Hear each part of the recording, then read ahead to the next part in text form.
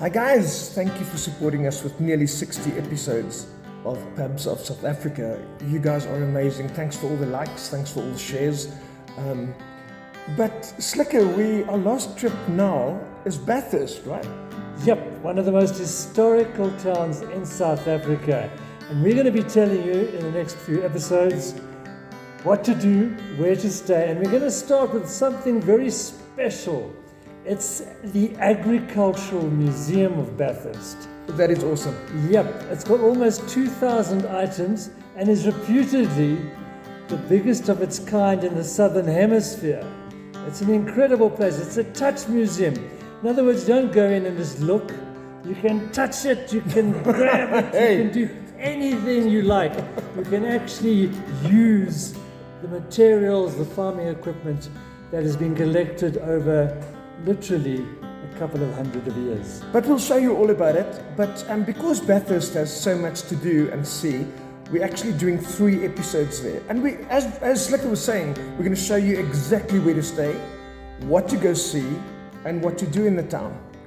I hope you enjoy the episode, and please push that like and subscribe button. It helps us a lot, guys. It really does. So let's get ploughing.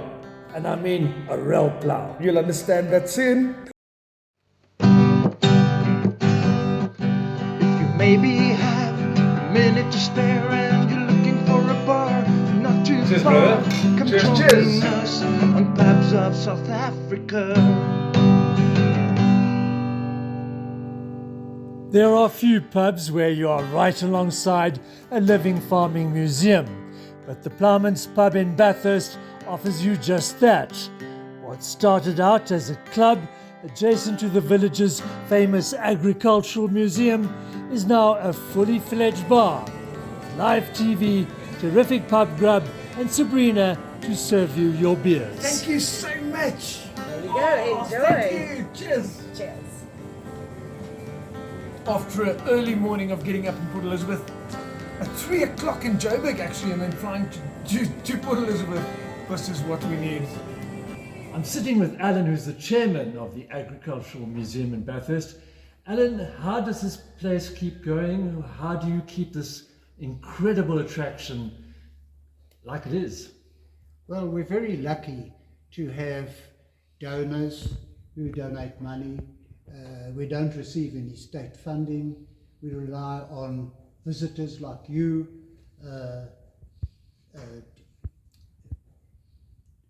donors, like I said, and we have a fundraising event. We have an auction once a year where we auction donated items, and yes. So people coming here, do you charge them a little fee to come in? We do charge an entrance fee, 50 Rand for adults, 30 for pensioners, and 20 for children, school-going age. Ideal spot to spend for a family to spend the day here, and the kids can have a wonderful time looking back at history, and the adults can have a wonderful time thinking about what this whole area is about and seeing it. It's a living museum. We are a special museum as we are a touch museum, so the kids can climb on the tractors. Rayno, our curator, starts engines from time to time. So yes, a wonderful place for the children to enjoy a whole day exploring around. Alan, thanks very much indeed.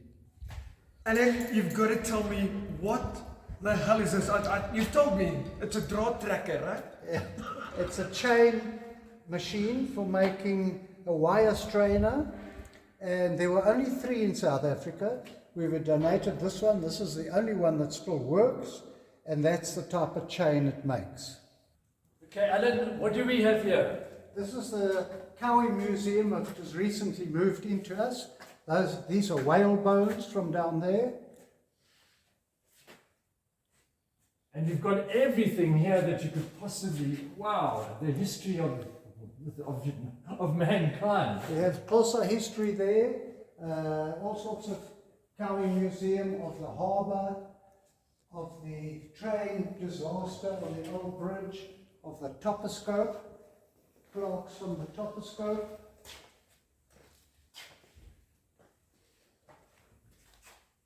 This is incredible. You can spend a whole day, if not a week here, finding out about the history of this area and the great events that happened.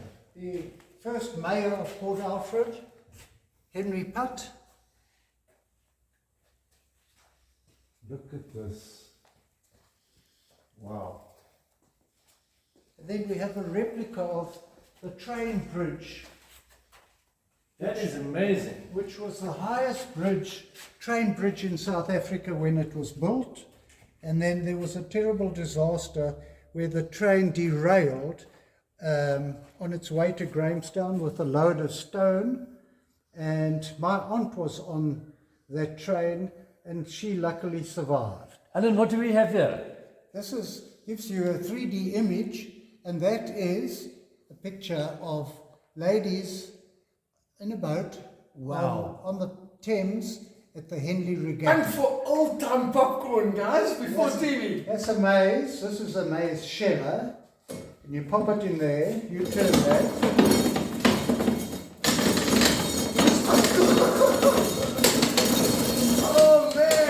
Oh man, and look at this. It just pops up. This is so cool. Alan, tell us a bit about all these ox wagons. Well, we have a collection of buggies here.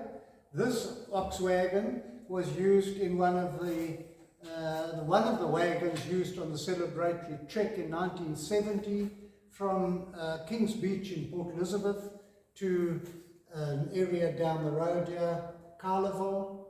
There were only 4 wagons used on that trek. Okay, now that trek, you said from Port Elizabeth. From Kings Beach. And from Kings Beach to Port Elizabeth, we know that well. But how many? There were 4 used. 4 used. And they actually used these ox wagons to travel up here. This particular ox wagon was used. The other one was a local family wagon, a tin wagon. And one of the young girls on the trek once said to me, my dad had to talk to the oxen to get them to pull through the soft sand. Oh my goodness. And then we once again want to thank you for having us here. Can you please tell me, if anyone wanted to donate to this brilliant cause of history, what cell phone number would they get hold of, or Facebook, or how would they get hold of you? We do have a Facebook page. We have a website. My phone number is 083-627-4351, and we welcome donations. We receive no state funding, so yes, any donors are very welcome. Your place is awesome, and you are awesome. It's been amazing meeting you. We'll see you tonight when I sing at the Ploughman. Thank you very much. Cheers, Alan. Lovely having you. Thank you so much. And what's going on here? Well, ever wondered where your favorite jaffle iron originally comes from? And how it was made? And this is how we make our jaffle pan. It looks a bit like a jaffle. I could eat a jaffle. We make the big jaffle pans. We call it a boerbroodjie pan, or the small jaffle pan. This is the small jaffle pan. Are you serious? So this is jaffle. This is how you guys make it. This is how we make a jaffle pan. It's awesome. And there's your jaffle pan. Oh man! They call this a Viking hinge. Yeah. That is handmade by us. Everything here is handmade. And we do it as a source of income to keep the museum going. Well, I guess after this episode you're going to get quite a few people sponsoring you, I hope. People is quite interested in once they see what we have. They are quite impressed with what we have, and they are quite happy to buy what we have. Well, thank you so much, mate. It's a pleasure. Thank you. It's a pleasure. I'll see you tonight when I'm singing, yeah? Okay, cool. Cheers, mate.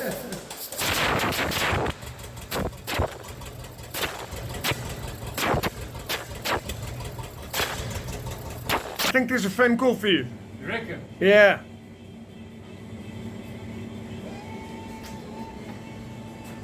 Hello? Ach no, not another spam call. These plants are available from homegrown. They're locally Bathurst. We are selling them for Bevan and Jason from Tea Leaf. He supports towards homegrown. And Jason sells tea and coffee, and he'll be here later to serve you some delicious coffee. This is Lahani's shop. She sells some home treats, sweets. It's a museum shop. It's a museum shop. Everything from the shop goes towards the museum for fundraising. This is Lahani's shop. She sells clothes, knickknacks, bric-a-brac. Jewelry, costume jewelry. Oh, this is awesome. And I'm always looking for socks. You know how it goes, guys. You will understand exactly what I'm saying. And there's some upside down chick. Oh, that's cool, that's cool, that's cool. And there's one more shop. And here, what do you do here? This is Darling Station Designs. We make some crafts and some homemade lights from recycled materials. Most of the items here are recycled. We've got Katniss in the corner. This is a family show, eh? This is a family visit, yes. All our lights are working lights on electricity. Use recycled materials. Guys, her husband does this and he makes everything out of recycled materials. This is really, really cool. You have to come to Bathurst. As we said, it's only an hour and a half drive from Port Elizabeth. And if you're coming from Joburg side, you would also love to stop over here to break your trip right before Port Alfred. Cheers, guys. Come live sport or live music, this is where the locals gather. And of course, in Bathurst, everyone knows each other. So it's cheers all round. And visitors are more than welcome, like this lively couple from Joburg. Yo, yo. Cheers. Lohani here on the left is the owner of Ploughman's, and she knows how to run a really busy public house, where in winter a crackling fire is a comfort zone on its own. Apart from familiar faces, the Ploughman's pub crowd love a good melody. And on this occasion, live music is provided by none other than our very own Andre Charles Barnard. Bathurst is the place to be for everyone and Slicker and me.